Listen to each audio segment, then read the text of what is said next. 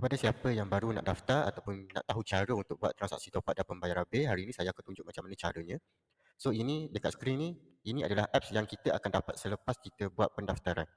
So lepas daftar, saya akan bagi akses untuk tutorial macam mana nak install apps apa, macam mana nak verify account, macam mana cara untuk tambah stok, macam mana cara untuk buat transaksi. Saya dah sediakan dalam akses tersebut. Lepas daftar memang saya akan bagi dan login sahaja untuk lihat video-video macam mana cara untuk buat transaksi top up dan pembayaran bil.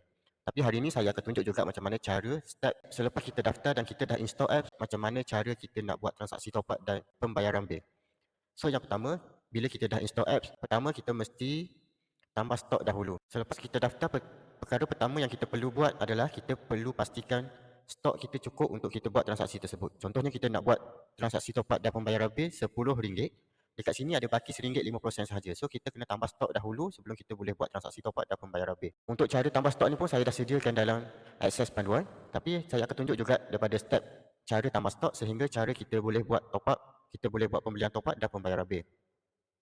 So ada dua cara dekat sini kita boleh buat. Kita terus klik dekat bahagian simbol yang bulat ni. So dia akan terus pergi ke bahagian untuk kita tambah stok. So kita boleh pilih cara untuk kita guna duit now ataupun online payment. Untuk online payment ni kita akan menggunakan online banking. Kalau katakan kita tak ada online banking, boleh WhatsApp saya macam mana cara untuk tambah stok menggunakan mesin deposit ataupun kaunter bayaran bank. Ini kalau yang tak ada online banking, boleh WhatsApp saya cara untuk kita tambah stok secara manual. Kalau ada online banking, terus guna dekat app sahaja. So, transaksi tambah stok ni akan diproses kurang daripada 5 minit setiap hari, tak ada cuti. So, caranya adalah klik sahaja pada online payment. Lepas tu, kalau boleh lihat dekat sini, minimum tambah stok adalah RM50. Kita mesti tambah modal sebanyak RM50. Tapi untuk RM50 ni, kita boleh guna bila-bila masa dan nilai yang kita nak top up sahaja. Contohnya kita tambah RM50, tapi kita nak top up RM5 sahaja, tak ada masalah. Kita boleh top up sahaja RM5. Dan baki lagi RM45 tu, kita boleh top up pada masa akan datang. Untuk stok ni, dia tak ada tempoh expired. Kita boleh tambah sekarang dan kita nak guna tahun hadapan pun tak ada masalah sebab dia tak ada expired. So kita boleh tambah sahaja RM50 minimum ataupun 100, 200, 300 tak ada masalah. Minimumnya adalah RM50 sahaja dan kita boleh guna pada bila-bila masa yang kita nak guna. Okey, so saya akan tunjuk macam mana cara untuk tambah stok menggunakan online payment. Yang ni kalau bagi siapa yang ada online banking, so klik sahaja online payment RM50. Lepas tu klik pada proceed to payment. Lepas tu pilih online banking dan pilih bank apa yang kita nak guna.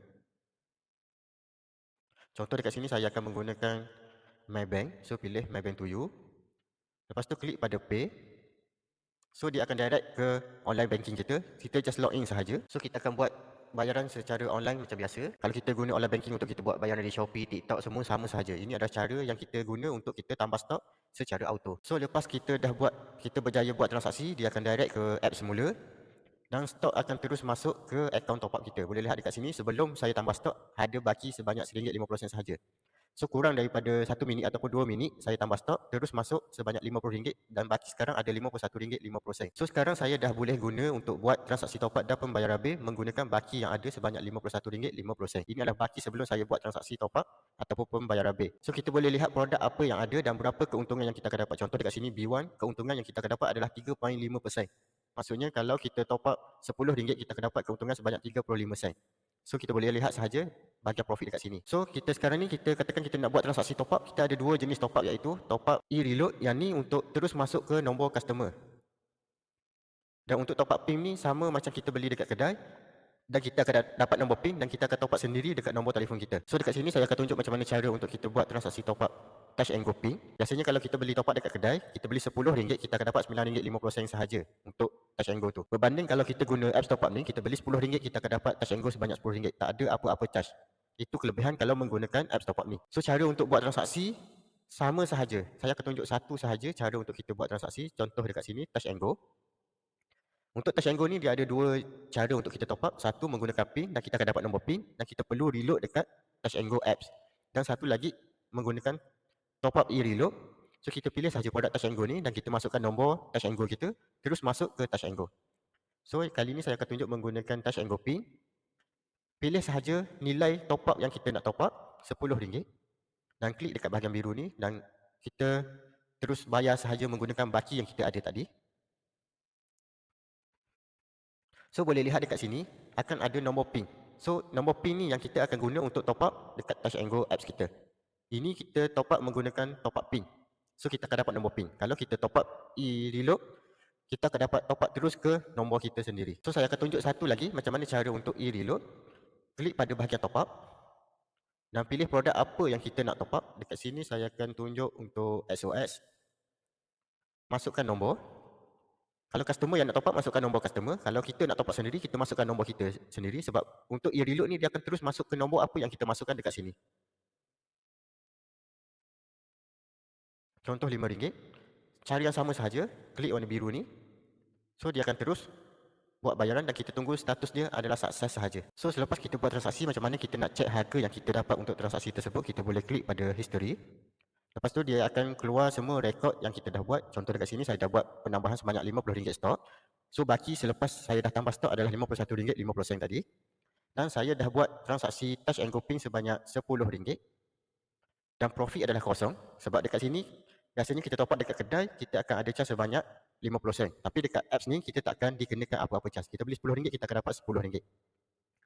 So baki sebelum transaksi adalah RM51 dan bila saya jual RM10, baki terkini adalah RM41.50. So dia akan potong sebanyak RM10. Dan transaksi seterusnya saya buat transaksi SOS sebanyak RM5. Boleh lihat dekat sini adalah profit yang saya dapat untuk transaksi tersebut dan kos yang saya bayar untuk transaksi SOS ini adalah RM4.745 sahaja. So boleh lihat dekat sini baki RM36.76 untuk transaksi SOS.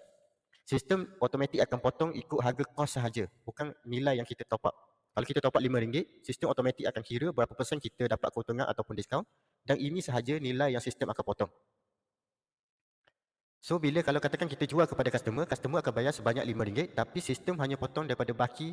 Contoh dekat sini tadi RM51.50 yang baki awal sebelum saya buat transaksi, dia akan potong sebanyak 4.745 sahaja selepas harga diskaun ataupun keuntungan kita.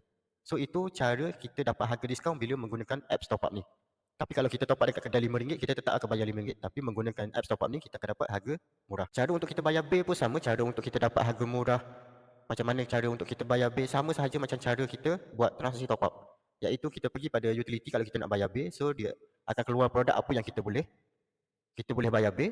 Apa yang ada dalam apps ni, itu yang kita boleh buat. Kalau tak ada, maksudnya tak adalah produk tersebut. Kalau ada dalam apps ni, kita boleh bayar bil. Kalau tak ada, maksudnya servis tu memang kita tak sediakan dalam apps top up ni.